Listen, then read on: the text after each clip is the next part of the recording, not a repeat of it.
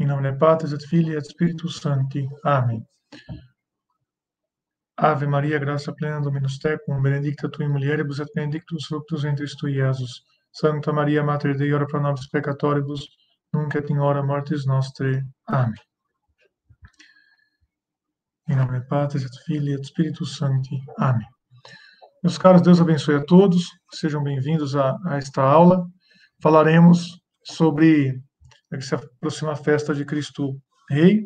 Falaremos a respeito da realeza de Cristo, destacando a realeza social de nosso Senhor Jesus Cristo, a realeza dele sobre a sociedade, né? Sobre a sociedade civil, sobre o próprio Estado, e como, então, isso se manifesta na liturgia católica, né? Como que a realeza de Cristo se manifesta no sentido assim, de como a liturgia, de modo especial a liturgia tradicional, né, que nós vamos falar aqui, e que será a nossa abordagem, favorece o entendimento de que Cristo é o Rei de toda a realidade, né? Não só de uma pessoa, não só de um grupo religioso, mas que pela vivência da liturgia nós percebemos que Cristo reina e deve reinar em toda a sociedade, e o nosso papel de católicos é fazer com que Cristo nosso Senhor reine em nosso coração, por termos uma vida santa, reine em nossa família, no meio social em que vivemos por meio do nosso testemunho e apostolado, mas também para que ele reine, seja reconhecido como Senhor e Rei das sociedades, né, e do Estado, porque o ser humano é um todo, né, não é uma dimensão única, assim, é uma dimensão simplesmente privada, e a religião simplesmente como um assunto interno, e o Estado não tendo nenhum tipo de obrigação a respeito disso, né? Enfim, nós vamos explicar isso melhor a partir de alguns documentos da Santa Igreja. Então, vou passar aqui o nosso plano de aula. Eu peço então ao Nelson que coloque na tela. Então, a realeza de Cristo e a Sagrada Liturgia. Então, uma representação aí de Cristo Rei, dentre tantas que nós temos. Aqui o plano da aula. Aqui, essa foto é uma missa pontifícia, né? Uma missa pontifical. Me parece que é do Papa João XXIII, tem as tiaras ali do lado, deve ser final dos anos 50, começo dos anos 60, na Basílica de São Pedro, no Vaticano. E aqui, então, o fundamento do reinado social de Cristo, a plano da nossa aula, então, a base doutrinal para isso, 3 exemplos históricos, algumas revelações particulares que fundamentam essa necessidade. Depois, a segunda parte, a liturgia tradicional, manifesta a realeza social de Cristo, quer dizer, aqui, como vamos falar de modo especial da liturgia tradicional, também conhecida como forma extraordinária do rito romano, como se manifesta, né, no sentido de manifesta a realeza social de Cristo, porque ela nos traz um sentido de transcendência, de hierarquia, de sacrifício, de unidade corpo-alma, né, de unidade corpo-alma, o ser humano como um todo. E aí a conclusão. Pois bem, meus caros, a seleção aqui de textos, de modo especial, da encíclica Quas Primas, do Papa Pio XI. O Papa Pio XI foi pontífice entre 1922 e 1939. Ele é responsável, o seu pontificado tem um dos magistérios assim mais ricos aí do século XX. E é um papa pouco conhecido, mas o seu magistério, as suas encíclicas são formidáveis, né? Muito ricas, encíclicas sobre a Quas Primas, por exemplo, que diz respeito à realeza de Cristo, sobre toda a humanidade, sobre as realidades sociais. Temos encíclicas dele sobre o matrimônio, contra o comunismo, contra o fascismo, contra o próprio nazismo, que crescia, né, ali nos anos 30, na segunda metade do seu pontificado. Pois bem, é importante, então, dizer algumas coisas. A realeza social de Cristo se fundamenta na própria unidade do ser humano, meus caros. que, uma vez que afirma, né, que pode afirmar que Deus existe, que pode afirmar que Ele nos ama, que Ele nos quer bem, e que Ele se revela a nós e nos apresenta o caminho de salvação, e que cada pessoa tem que decidir por Ele, para ter a salvação, precisa decidir pelo sim, por Ele, o fato é que isso também deve se manifestar na ordem social. Quando as pessoas, né, vão acreditando em Jesus Cristo, vão aderindo à fé católica e vão percebendo a importância de Cristo, que Cristo é a resposta para todos os problemas humanos, é a resposta para todos os anseios humanos, e a Igreja de Cristo, né, a Igreja Católica, foi fundada por Ele para ter autoridade doutrinal e espiritual sobre os povos, não para oprimi-los, mas para conduzi-los à verdade e à vida, que é Cristo. Então, isso se manifesta também na sociedade.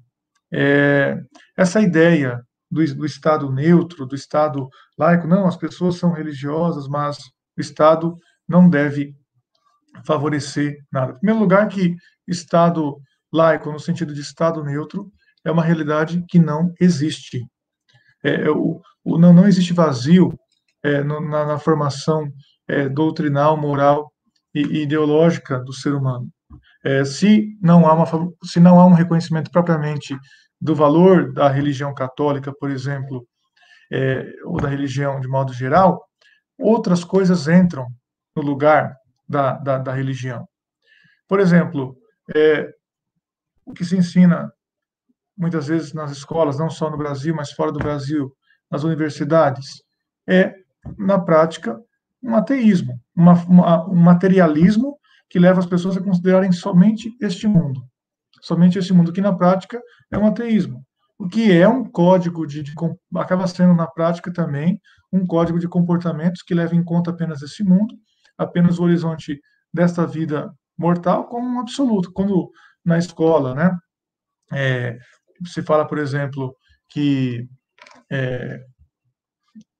a questão moral, cada um, por exemplo, faz a sua, né? Quando na universidade se ensina e se incentiva, né, uma prática promíscua, ou se calunia a Igreja Católica, né, como a responsável por todos os males do Ocidente, e sendo que isso é falso, quando se fala que a verdade não existe, né, o que existe são apenas as impressões, as experiências, na prática, tem um código aí de comportamento e de pensamento que está sendo colocado, né? Então, por exemplo, agora na França, o presidente está fazendo uma guerra, né? O Macron, né? Está fazendo uma guerra, uma cruzada praticamente, né? Uma cruzada às avessas contra o homeschooling e outros tipos de educação que envolvam assim, um protagonismo maior das famílias, porque ele alega que está se formando na França um islamismo radical que está formando uma segunda pátria, né? Um país dentro do país, um país paralelo, uma sociedade paralela, e nisso ele tem razão, está acontecendo isso mesmo, mas a solução que ele apresenta é simplesmente botar um fim, praticamente, né, nas escolas paritárias, que eles falam, nas escolas parentais, né, no papel da escola familiar, da educação familiar. E aí ele falou numa declaração, olha, temos que formar as nossas crianças, em primeiro lugar, nos valores da República. Nós temos que formar as crianças nos valores da República Francesa. O que são os valores da República Francesa? Um ateísmo de Estado, um indiferentismo religioso, um indiferentismo e relativismo moral. Então, na prática, o que o Macron quer é impor uma ideologia para as pessoas. E por isso que o Estado moderno, como ele se coloca fora da relação com a verdade, ele fala, não existe a verdade,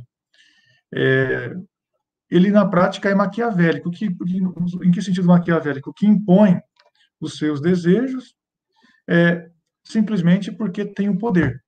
Impõe os seus desejos, não porque está baseado numa razão profunda, não porque está agindo em nome de Deus e pela autoridade de Deus, como se ensinava, né, o poder vem de Deus na sociedade cristã, era assim, o rei, ou mesmo ali nas repúblicas italianas, por exemplo, a ideia de que quem governava, governava em nome de Deus. Então tinha que seguir as leis de Deus, o bem comum, a justiça, porque existia, né, um senhor daquele chefe. Abusos aconteciam e sempre aconteceram, é evidente, mas a ideia de que uma justiça superior dava um peso, né, um equilíbrio na ação das pessoas. Mas agora, simplesmente, não se tem essa referência, então é uma coisa maquiavélica. Quem está no poder acaba impondo as suas ideias. No caso, está no poder na França é uma república laicista, né, que é fortemente hostil, de modo especial, à religião católica. Então, isso é imposto às pessoas, né? O indiferentismo, que vai contra o que ensina a Igreja Católica, o relativismo moral, que vai contra o que ensina a Igreja Católica. Então, na prática, aquele suposto respeito pelas religiões não acontece, porque se impõe às crianças e aos jovens preceitos, ideias que vão contra a sua religião. E isso em nome de um suposto bem comum, dos valores da República, não sei o que, não sei o que lá. Né? Também uma denúncia recentemente nos Estados Unidos, né? Nas universidades estão ensinando os jovens a odiarem o seu próprio país, né? Alguns estão denunciando, olha, cuidado que no futuro, o que não vamos ter? Pessoas que odeiam o próprio país. Não que na escola não tenhamos que ver os problemas dos nossos respectivos países, mas ensinar que, né, a família, homem e mulher, é um problema, ensinar que a religião é um problema, né? E que a defesa da vida contra o aborto, por exemplo, e isso entrar na vida pública é um problema. Então, nós estamos diante de uma coisa que é imposta a outras pessoas, né? Nós não estamos diante de um Estado neutro, nós estamos diante de um Estado que impõe uma religião. Por exemplo, a China, a Coreia do Norte, né? A China é um país poderosíssimo, não é um Estado, não é um Estado neutro, é um Estado totalitário que impõe a ideologia comunista para as pessoas, que faz campos de reeducação, de lavagem cerebral contra as pessoas que são dissidentes. Então, é uma coisa tenebrosa. Isso faz escondido, em algumas situações se torna mais público, mas o fato é que não é um país lá que impõe a doutrina comunista, que, aliás, é uma doutrina ocidental, né? E, nesse sentido, nós vemos como que o Ocidente pós-cristão, o Ocidente, quando a gente fala de Ocidente, fala de França, de Alemanha, de, de Holanda, de Bélgica, de Inglaterra, né? Itália, países com grandes pensadores, Áustria, né? Suíça, com grandes países que deram a espinha dorsal do pensamento cristão, né, do pensamento que formou a sociedade ocidental. Nós vemos, então, um Ocidente corrompido, que a partir ali do século XVIII, XIX, se corrompeu de uma forma assustadora, impondo a corrupção para o mundo. Então, nós vemos um país oriental muito fechado em si mesmo, muito orgulhoso da sua especificidade, como a China, que aceita, que impõe para os seus súditos, né, na prática, súditos, uma doutrina ocidental, importada da Alemanha. Né? Nós vemos, então, a corrupção do Ocidente, que deixou o cristianismo, deixou a fé católica, que deixou a busca pela verdade, corrompeu não só o Ocidente, mas o mundo inteiro. Não só com o comunismo, mas também com as doutrinas liberais, com o liberalismo que impôs muitos sofrimentos ao mundo. Né? Pois bem, levando em conta essas realidades, e todo o mal que o século XX produziu. Né? O século XIX foi como que a sementeira, e o século XX colocou em prática essa ideia de um mundo sem Deus, de um Estado supostamente neutro nas suas relações com Deus. Então, nós vemos a igreja reagindo a isso, olha, falando, não é por aí, isso não tem como dar certo, né? Porque isso vai gerar ruína, a própria autoridade vai ficar sem um fundamento, vai ficar em crise. Por que eu vou respeitar alguém que tem autoridade se eu não reconheço e se a própria autoridade não se reconhece como uma autoridade que vem de Deus, do Senhor? Isso também prejudica a autoridade familiar, a autoridade nas relações de trabalho, tudo, né? Em todas as situações. Então, o fato é que Pio XI, então, em 1925, lembrando que em 1925 nós já tínhamos uma França que era um país laico, o nosso país mesmo, desde 1891, tinha uma constituição laica. Nós temos então um Papa preocupado em mostrar que não é bem assim que se faz, né? Que os problemas podem ser muito piores do que se imagina. Peço ao Nelson que volte para a câmera. Vou ler uma outra coisa aqui. Pois bem, estamos então avançando em nossa aula. Voltar para a câmera, Nelson, por favor. Isso. Pois bem, o Cristo Senhor deve ser reconhecido como Senhor em todas as ocasiões. Estamos repetindo isso para ficar muito claro. Negar o reconhecimento social de Cristo como Rei e Senhor é a mesma coisa que, por exemplo, na vida familiar.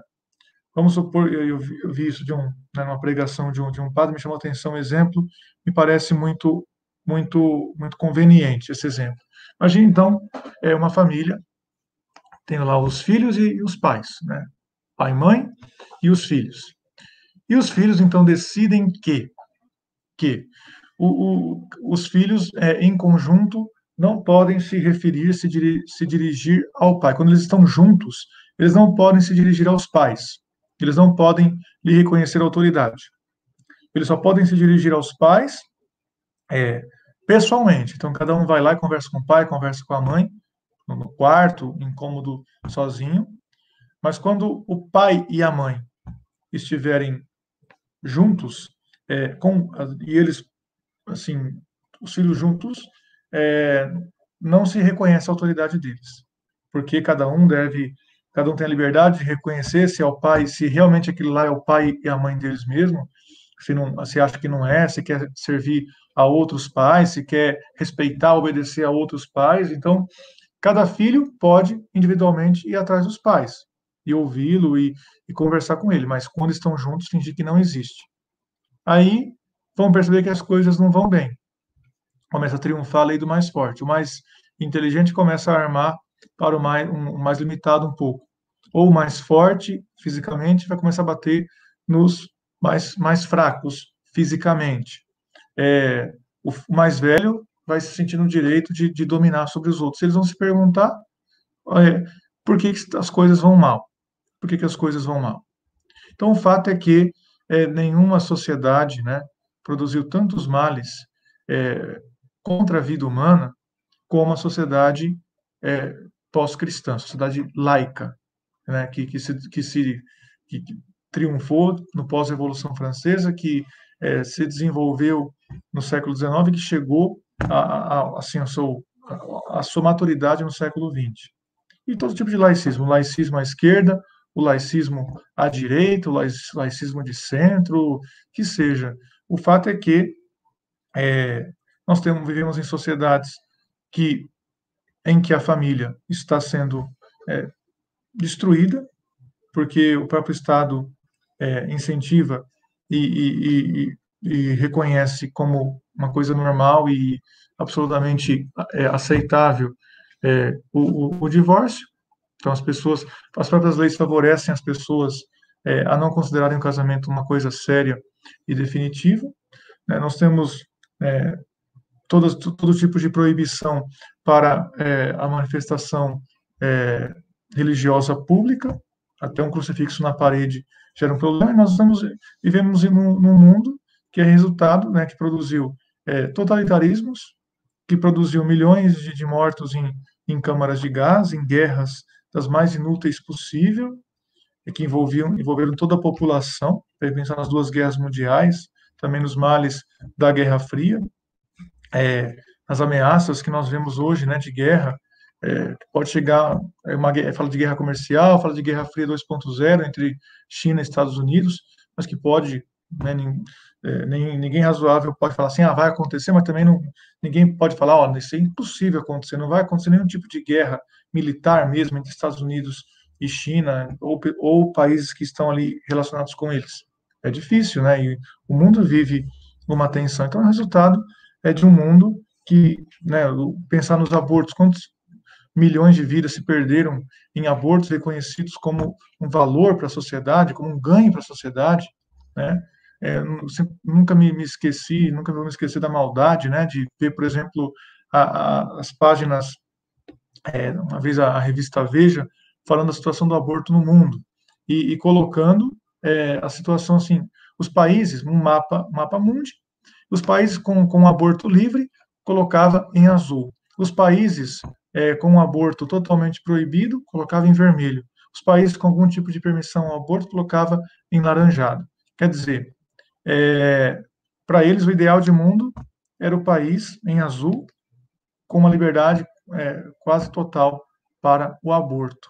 Então, o mundo já o vermelho, né, que ruim, sangue, né, alerta, dos países que favorecem a vida humana desde o útero da mãe e não permitem o aborto ou permitem situações que não deveria nem permitir dessa forma, mas acaba permitindo em situações muito específicas. Então, nós temos um mundo que vê as coisas do avesso e que, na prática, repito, impõe, sim, uma visão de mundo, uma visão ideológica que quer se substituir à visão religiosa. Então, nós temos que escolher, então, entre deixar a sociedade à mercê de falsas ideias, de falsas visões de mundo, devemos sim lutar para que Cristo seja reconhecido como rei, porque efetivamente ele é o rei das coisas. Ele reina mesmo sobre aqueles que não querem, né? Porque ele é o Senhor dos senhores e o Rei dos reis, ele reina por sua justiça e por sua misericórdia. Agora, quem quer de coração dar a sua adesão a ele, vai ser objeto da sua misericórdia e vai poder reinar com ele no céu. Agora, quem se recusa a adorá-lo e a reconhecê-lo, vai ser, então, por própria culpa, condenado, e ele vai reinar sobre essa pessoa pela sua justiça, né? Essa pessoa sendo punida pela sua maldade, Cristo reina sobre ela, exercendo a sua justiça sobre ela. Então, meus caros, é assim, devemos sim lutar, porque a questão, o critério é a verdade. A verdade existe, Deus nos criou com a capacidade de nos relacionar em comunidade religiosa e em comunidade política civil, e Ele, então, quer que nós lutemos por Ele em todos os âmbitos, sem impor, porque tem gente que fala assim, Estado que reconhece Jesus Cristo como Rei é um Estado que impõe a religião. Não é verdade. Não é verdade. Não é um Estado que impõe a religião, é um Estado que reconhece que os outros não são obrigados a aderir, mas que fala, o nosso sistema, a nossa referência, aqueles que nós prestamos culto publicamente, aquele que é a referência para nossas leis, para a nossa ação, para a nossa ação social, para a nossa ação econômica, política, militar, é Jesus Cristo, Rei dos Reis, é o ensinamento da Igreja por ele fundada. Na prática, cada povo acaba se colocando de acordo com a sua cultura, de acordo com a sua índole, né, com a sua personalidade, vamos dizer assim, mas o fato é que nós temos realidades que mostram o funcionamento disso com muita tranquilidade. Só de pensar, por exemplo, que a Itália até 1984, até 84, era um país de confissão católica. E ninguém pode falar que nos anos 70, por exemplo, nos anos 60, nos anos 50, 40 e nos anos anteriores, havia perseguição religiosa contra os não católicos na Itália. Né? Então, um exemplo, a Colômbia, né, nosso vizinho aqui, até também nos anos 70, era um país de confissão católica. O Estado era oficialmente católico. Depois, infelizmente, caiu na ideia de laicismo, né? Mas ninguém pode falar que na Colômbia havia perseguição contra os não católicos. Então, quando a gente vai analisar a história, nós vemos sim que a coisa é bem diferente do que uma imposição religiosa. Olha que povo mais pré-iluminista, né? Que povo que vive nas trevas, que quer impor a opressão sobre os outros. Não, não caiam nessa conversa que não é a verdade. Pois bem, Queria pegar mais um outro trecho da Quas Primas. Nós temos tanta coisa para estudar, mas, infelizmente, não dá para falar sobre tudo. Queria, antes de passar para o próximo tópico, então eu peço é, ao Nelson que coloque de volta na tela para ler um trecho aqui com vocês. Esse trecho do parágrafo 14 da Quas Primas. Assim, pois, a realeza, e a gente pegar o magistério, não é só Pio XI, nós temos os papas anteriores que afirmaram isso categoricamente também. Assim, pois, a realeza do nosso Redentor abraça toda a totalidade dos homens. Sobre este ponto, de muito bom grado, fazemos nossas as seguintes palavras de nosso predecessor, Leão XIII, de imortal memória. Seu império não abrange tão só as nações católicas ou os cristãos batizados, que juridicamente pertencem à Igreja, ainda quando dela separados pelo erro ou pelo cisma. Estende-se igualmente e sem exceções a todos os homens, mesmo alheios à fé cristã, de modo que o império de Jesus Cristo abarca, em todo rigor de verdade, o gênero humano inteiro. E aí ele fala, e nesse particular, quer dizer, da realeza de Cristo, não cabe fazer distinção entre os indivíduos, as famílias e os estados, pois os homens não estão menos sujeitos à autoridade de Cristo em sua vida coletiva do que na vida individual. Aqui é o ponto para entendermos. Pois os homens não estão menos sujeitos à autoridade de Cristo em sua vida coletiva do que na vida individual. Cristo é fonte única de salvação para as nações como para os indivíduos. Aí essa citação do discurso lá de Atos dos Apóstolos. Não há salvação em nenhum outro, porque abaixo do céu nenhum outro nome foi dado aos homens pelo qual devamos ser salvos. E aí continua o Papa, dele provém ao Estado como ao cidadão toda prosperidade e bem-estar verdadeiro. Uma e única é a fonte da ventura, assim como para as nações, como para os indivíduos. Assim vai. Aí ele fala, olha, vocês perguntam como que se está em crise. Como que a autoridade vai se fazer respeitar sem a referência a Cristo? E ele fala o seguinte, olha que parece espero conseguir explicar esse excelente argumento de Pio XI, quem quiser pode se deter com mais atenção para ler esse texto. São Paulo fala para se reconhecer as mulheres e também os escravos, porque a escravidão acabou com a vinda de Cristo, com a ascensão do cristianismo no Império Romano, mas pouco a pouco. Então, muitos cristãos eram escravos no começo, e também alguns senhores tinham escravos. Senhores cristãos tinham escravos. Então, São Paulo fala, olha, sirvam a seus senhores como se fosse ao próprio Cristo, né? Sirvam uns aos outros, e vocês também, senhores, vejam nessas pessoas, né, nesses escravos, o próprio Cristo. Assim, de dentro, né, de pessoa para pessoa, se mudou e se tirou aquela instituição terrível, né, do escravismo.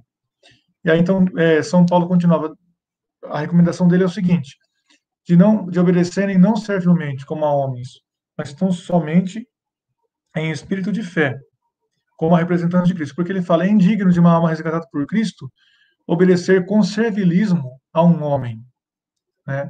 Quer dizer, obedecer a um homem simplesmente por ser homem, por ser um ser humano, e sem referência a Deus, a autoridade divina, é indigno para um ser humano, né?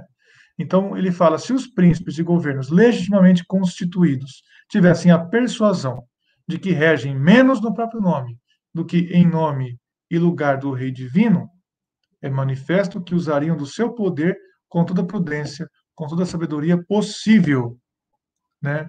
Ao legislar na aplicação das leis, como haveriam de atender ao bem comum e à dignidade humana de seus súditos. Então floresceria a ordem, então víramos difundir e firmar-se a tranquilidade e a paz. E continua o Papa.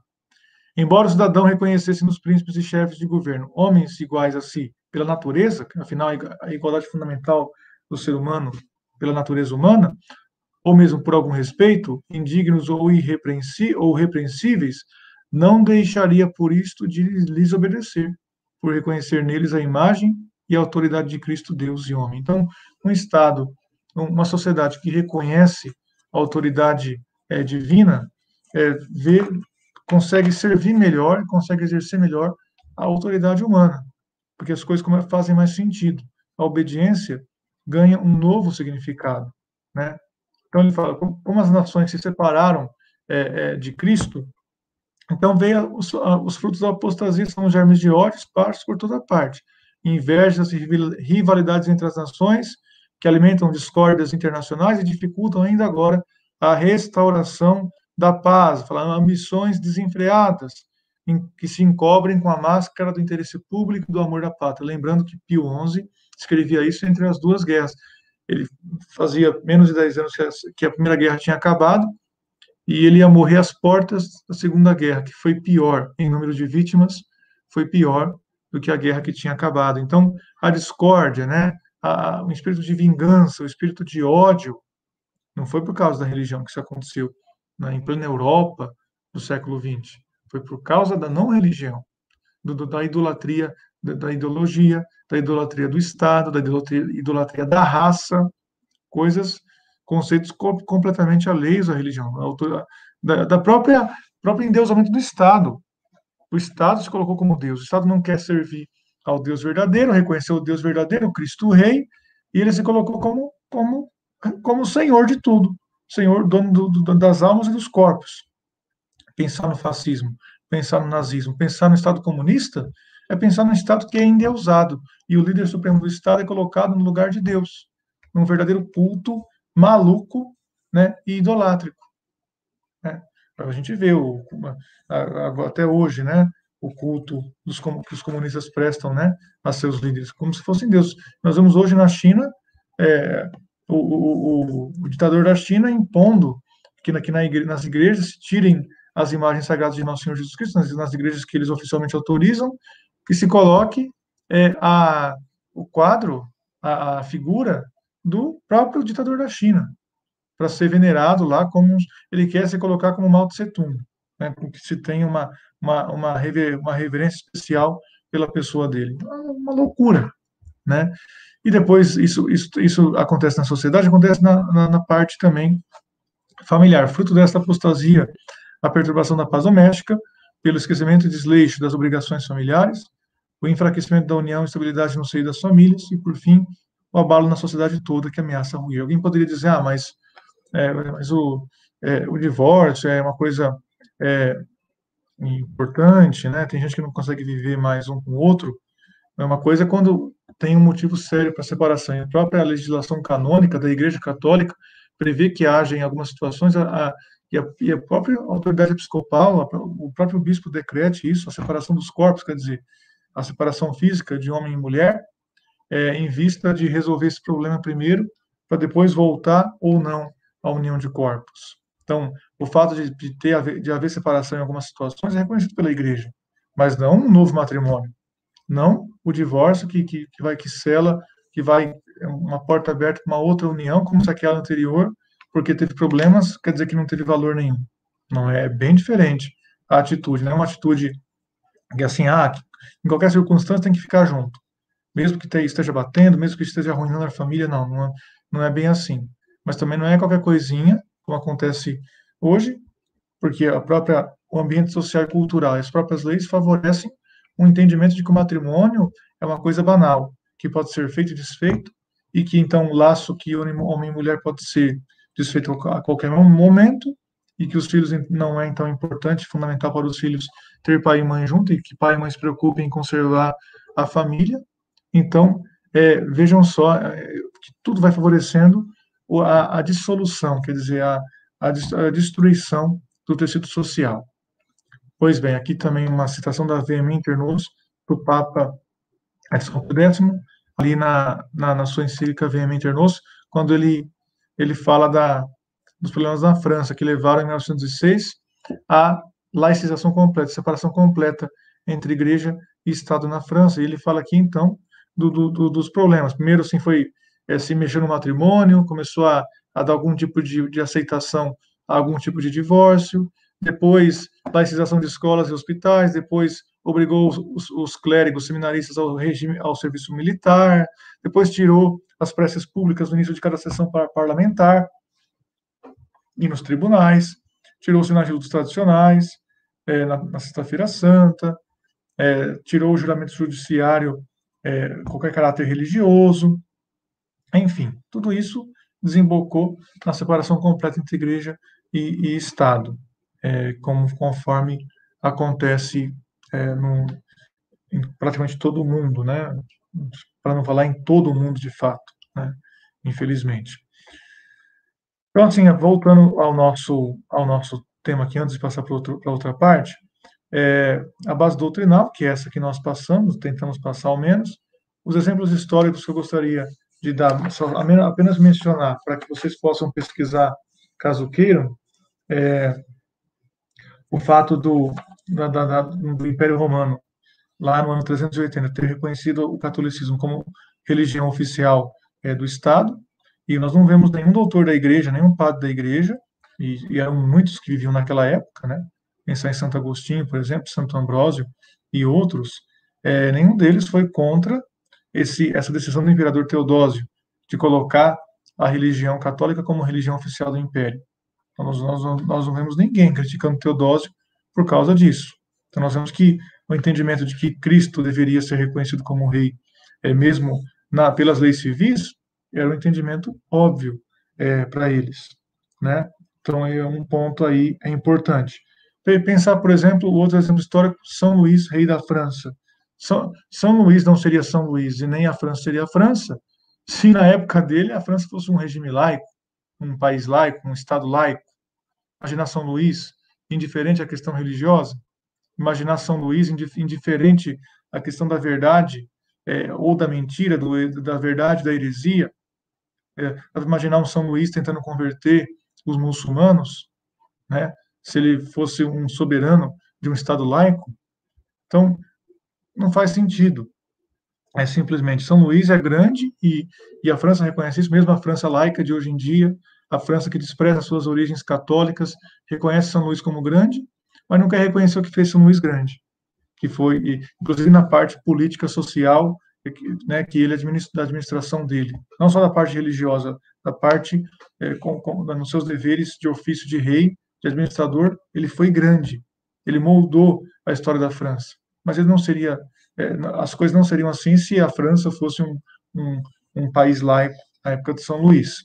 Depois, as próprias revelações particulares, nós vemos as revelações do Sagrado Coração de Jesus, onde ele pede que o rei Luís XIV, que em 1689 era o rei Luís XIV, o rei Sol, né, le Roi Soleil, um dos reis mais poderosos da história da França, que consagrasse, que ele consagrasse a si mesmo a França e consagrasse os seus súditos, né, e queria o Senhor queria ser adorado e suas imagens fossem veneradas nos palácios reais, né, para ser colocados também nos brasões dos exércitos, nos estandartes do exército francês, é, para que ele desse as bênçãos e as vitórias, né, e a prosperidade para o reino da França. Então, Nosso Senhor não falou para colocar um Estado laico lá, né? Nosso Senhor quis que o rei fizesse novos sinais e mais profundos sinais da realeza de Cristo na sociedade francesa. É uma das revelações, né? Porque o rei Luís XIII, o rei Luís XIV, filho do rei Luís XIII, nasceu a partir de uma promessa que o rei Luís XIII fez, que não conseguia ter um herdeiro, fez uma promessa e nasceu então o herdeiro que foi, né, reinou a França por muitos anos. Então Nosso Senhor pediu que ele fosse adorado, né, o seu Sagrado Coração fosse adorado, que a França lhe fosse consagrada, e que isso acontecesse de uma forma, e ninguém entendeu isso como um abuso, né, como um abuso religioso. Mas foi outra época, mas certas coisas são imutáveis. Né? O Senhor é o Senhor. A vida social é a vida social e a necessidade de reconhecer Deus como o Senhor de tudo é uma necessidade de todos os tempos da história. Depois, Nossa Senhora da Salete. Nossa Senhora da Salete, agora, inclusive, no ano que vem, vai fazer 175 anos das aparições em La Salette, na França, no ano de 1846, e Nossa Senhora reclama, justamente, né, alerta para a profanação do domingo. Domingo, dia do Senhor, profanado. Mesmo o povo simples, trabalhando aos domingos, né? Lembrar da luta de São João Maria Vianney nessa mesma época, pela santificação do domingo, também de São João Bosco na Itália, é um movimento pela santificação do repouso festivo, ou seja, do repouso dominical, e ela fala dos problemas, né, dos castigos que virão por causa do desrespeito da lei de Deus. E aí ela fala numa parte do outro segredo, por exemplo, ela fala: os governantes civis terão todos o mesmo desígnio, que será abolir e fazer desaparecer todo princípio religioso para dar lugar ao materialismo, ao ateísmo e ao espiritismo. Então, isso é uma parte do segredo que foi publicado em 15 de novembro de 1879. Então, Nossa Senhora fala do laicismo, justamente, que viria a triunfar no século XX, final do século XIX e século XX, do não reconhecimento da realeza de Nosso Senhor Jesus Cristo. Cristo como um problema e não como a solução para a sociedade. Pois bem, agora, por um pouquinho, eu peço que o Nelson volte para a câmera, para um outro ponto. Pois bem, meus caros, estamos caminhando para o final. Infelizmente, o tempo é curto e nós não conseguimos falar tudo como gostaríamos no tempo que gostaríamos. Pois bem, agora falar um pouco, então, de como isso se manifesta na liturgia da igreja, de modo especial na liturgia tradicional, esse sentido a necessidade de o todo do ser humano, né? O ser humano na sua dimensão pessoal, na sua dimensão familiar, na sua dimensão social, política, prestar culto ao verdadeiro Deus e, então, favorecer que ele seja cultuado em sociedade. Então, assim, peguei algumas imagens da missa no rito antigo e ver como isso favorece, né? Pegar um princípio, então, da realeza social de Nosso Senhor Jesus Cristo e aplicar para aquela imagem que simboliza um ponto, né, específico que pode ser muito bem desenvolvido e melhor explorado. Pois bem, peço então, Nelson, que nós voltemos para a nossa tela. Pois bem, então, pelo sentido, como que o rito romano manifesta a realeza social de Cristo? Pelo sentido de transcendência, é o primeiro ponto. Por que o sentido de transcendência? Porque o Estado, né, a ideia de o Estado e a sociedade reconhecer o Senhor como rei, é para favorecer aos seus membros, né, aos seus súditos, às pessoas que fazem parte daquela sociedade, para favorecer que elas, vivendo a sua dimensão temporal, a sua vida neste mundo, possam chegar à vida eterna. Mas uma sociedade que favorece, que cria um ambiente favorável para a salvação das pessoas. Então, para que ela se lembre de Deus sempre, para que ela busque honrar a Deus sempre, para que ela não veja a religião como uma gavetinha, que ela recorre dentro da casa dela ou dentro da igreja. Não, a religião informa toda a sua vida. E o Estado, então, favorece, reconhecendo que existe uma vida eterna, reconhecendo que existe algo a mais. Então, o Estado deve favorecer a bem-aventurança eterna dos membros da sociedade. E a liturgia tradicional favorece esse sentido de transcendência, justamente pela sua língua litúrgica, né? A língua latina que nos mostra, né, que estamos em contato com uma realidade que vai para além daquela que nós compreendemos naquele momento. O fato de não compreendermos exatamente todas as palavras, no caso os fiéis, né?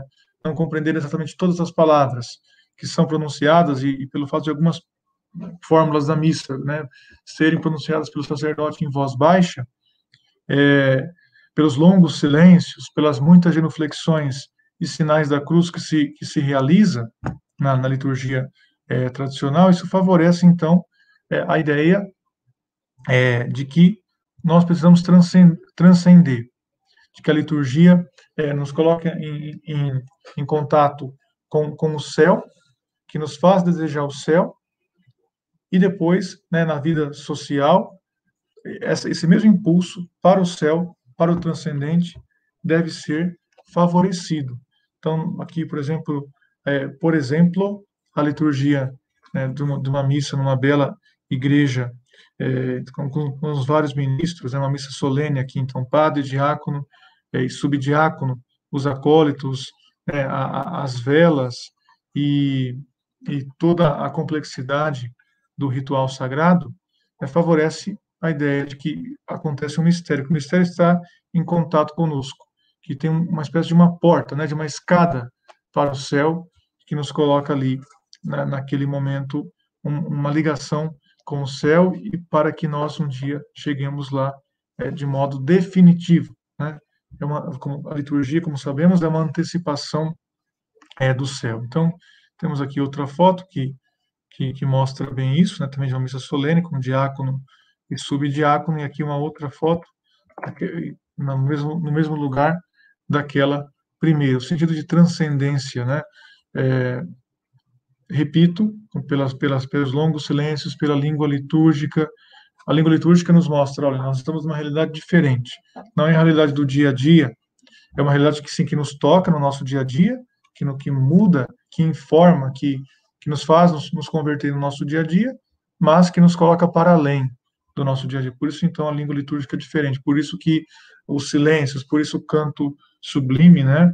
E uma melodia que nós não estamos acostumados no dia a dia. Pois bem, outra coisa, o sentido também de hierarquia. Na sociedade que reconhece Deus como Senhor, que reconhece Cristo como Rei, a sociedade reconhece as necessárias desigualdades, pois nós somos diferentes uns dos outros, e seremos felizes na medida em que reconhecermos e vivermos de acordo com essas diferenças. Então, um filho só vai ser feliz se reconhecer que o pai é superior a ele em autoridade, né? A mãe só vai ser feliz se reconhecer que a filha ou o filho é inferior a ela em autoridade. A mãe não vai ser feliz se quiser ser amiguinha do filho e o pai ser amiguinho do filho. Não, não vai dar problema. Nem o filho vai ficar feliz, né, que vai causar danos para ele, nem o pai vai ficar feliz também. Então, a felicidade acontece no reconhecimento das desigualdades que existem. Existe a igualdade fundamental, todos somos chamados à vida, somos chamados à santidade, somos chamados a entrar no céu, né? Mas isso se manifesta de diversas maneiras, em diversos graus, e na hierarquia. O mundo moderno detesta a hierarquia. Por isso que nós, né, somos formados com uma ideia profundamente igualitarista. Diferente a igualdade fundamental, né? Todos somos chamados a ir para o céu, para a bem-aventurança eterna. Essa é a igualdade fundamental, temos a mesma natureza humana, porém o igualitarismo rejeita qualquer diferença, rejeita a autoridade, vê a autoridade em oposição à liberdade. Quando a doutrina católica ensina que a autoridade aperfeiçoa a liberdade, né? Uma forma importante, a autoridade aperfeiçoa a liberdade, não prejudica a liberdade. Então, por isso que, participando da liturgia tradicional, nós vemos essa realidade, que a hierarquia é um bem, e que é necessária ser reconhecida. Nós temos aqui, então, aqui uma foto de uma missa pontifical também, na bênção final, que o pontífice dá, no caso, o bispo é um pontífice, todo bispo é um pontífice, o Papa é o sumo pontífice. É bom a gente entender essa linguagem eclesiástica, porque a missa pontifical é a missa, então, celebrada pelo bispo, e com toda a solenidade devida para essa ocasião. Então, aqui nós temos na Santuário Nacional de Estados Unidos, Imaculada Conceição, a celebração de uma missa também pontifical. Aqui, o diácono e o subdiácono fazendo a reverência para a pessoa do bispo, né? O bispo no auditório, e eles fazendo a reverência para o bispo. Pois bem, também na liturgia tradicional se manifesta, mesmo quando é só o padre, né, que celebra, pelo padre que faz o confíteor, depois os fiéis fazem, não é a mesma vez que, não é de uma vez só que eles fazem o confíteor, fazem em situações separadas. Primeiro o padre, depois os fiéis. Também na hora da comunhão, primeiro a comunhão do celebrante e depois o rito de comunhão específico para os fiéis ali presentes, né, em momento distinto da comunhão do celebrante. Então, o sacerdote que oferece o sacrifício, que está ali em nome de Cristo da igreja, comunga. Depois, os fiéis, isso fica bem claro. E também no Confiteor, isso se manifesta de modo que chama a atenção. Pois bem, outro ponto, sentido de sacrifício. A sociedade que reconhece Cristo como Senhor, que reconhece a sua realeza, favorece o espírito de sacrifício pelo bem comum, sem cair no coletivismo, e reconhece que seus membros serão felizes na medida em que cumprirem com amor e zelo seus deveres para com Deus, família, trabalho e apostolado. Então, o espírito de sacrifício, eu estou servindo uma causa maior, eu posso sacrificar o meu bem-estar físico, a minha comodidade, em vista de servir a sociedade, de servir também, de trabalhar no Estado, de trabalhar, fazer qualquer tipo de trabalho, mas em vista de servir a Deus, em vista do bem comum e do serviço a Deus, para que Cristo seja tudo em todos. Então, o sentido do sacrifício fica muito, muito mais informado na sociedade cristã do que numa sociedade pós-cristã, laica como a nossa. Né? O sacrifício já pesa. Quando a palavra sacrifício é pronunciada, já se causa um problema enorme. Né? Não se quer. O que se quer é o triunfo do indivíduo, para viver todos os seus prazeres, todas as suas sensações, todas as suas possibilidades e as suas escolhas, ou isso no mundo liberal, ou no mundo comunista, simplesmente as pessoas são máquinas, né, que devem executar ordens sem nenhuma motivação, a não ser a motivação do bem do partido, do bem dessa divindade terrena e maquiavélica. Pois bem, a missa tradicional, né, mostra claramente que é um sacrifício, né? O sentido de sacrifício, o sacrifício de Cristo que se renova, que se atualiza, que se torna presente sobre o altar por meio do sacerdote, se manifesta pela visão, pelo que nós ouvimos ou pelo silêncio que nós vivemos, né? Pela postura corporal, tudo dá a entender que Cristo Senhor está ali presente e que nós devemos nos unir a Ele, oferecer em sacrifício a nossa alma, o nosso corpo com Ele. Essa foto é de um sacerdote fazendo confiteor, né? Então, isso chama atenção também no rito, como que o sacerdote vestido com a casula, com os paramentos, às vezes muito, né, esplêndidos, mas profundamente inclinado, batendo no peito, né? Meia culpa, minha máxima culpa. Confesso a Deus, pequei por minha culpa, minha tão grande culpa. Então, isso chama atenção, ao mesmo tempo que o sacerdote é grande pelo seu ministério, por representar Cristo e por celebrar a missa em nome de Cristo, ao mesmo tempo ele é pequeno. Ele também é um pecador, né? Então, ele se humilha diante da comunidade que está ali presente, né, tomando parte na Santa Missa, se humilha diante do Senhor, em primeiro lugar, evidentemente, mas também diante do povo, reconhecendo que é um pecador. Então, esse sentido também dessa humildade que se inspira, né, na liturgia tradicional. E, né, aí também a paralelo entre o Calvário e o sacrifício da missa. E, finalmente, a unidade de corpo e alma, né? O Estado que reconhece Cristo como Rei sabe que existe uma unidade fundamental, que o ser humano não tem gavetas, o ser humano é um todo. Então, isso se manifesta também pela unidade, pela gestualidade, né?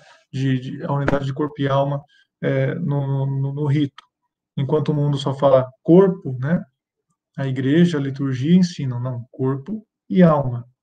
E na vida social também, corpo e alma. As leis do Estado devem favorecer não só a vida corporal e psíquica, né, mas também a vida espiritual. É uma unidade. Como que o Estado fala que é o bem comum, sendo que despreza o objetivo principal do ser humano, que é chegar ao céu. Então, isso se manifesta na liturgia tradicional, né, com as genuflexões, adorar a Deus, sentindo o cheiro do incenso, no caso das mulheres, né, usando o véu, as pessoas se ajoelhando para receber a Sagrada Comunhão, né, reconhecendo e adorando nosso Senhor Jesus Cristo. Então, são vários os sinais que nos mostram isso, caros amigos. Peço então ao Nelson que voltemos para a nossa câmera, para nós darmos então a conclusão da nossa aula.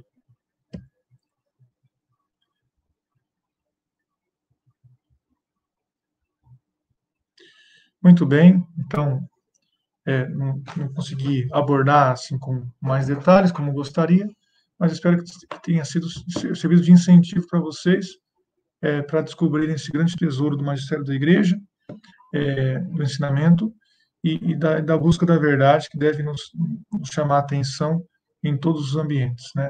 Não só na nossa vida individual, particular, mas também na nossa vida social. Vamos então rezar a Nossa Senhora e pedir que ela nos interceda por nós e nos ajude a fazer Nosso Senhor reinar, pela sua misericórdia, pela sua bondade. Para Ele reinar e exercer misericórdia com o próximo, precisa da nossa colaboração, para que nós evangelizemos e possamos não nos santificar e santificar também o mundo pela conversão de toda a humanidade. Ave Maria, graça plena, Dominus tecum, benedicta tui mulieribus, et benedictus fructus ventris tui, Iesus. Santa Maria, Mater Dei, ora pro nobis peccatoribus, nunc et in hora mortis nostre. Amém. Dominus vobiscum, et cum spiritu tuo, benedicat vos, omnipotens Deus, Pater et Filius et Spiritus Sanctus. Amém.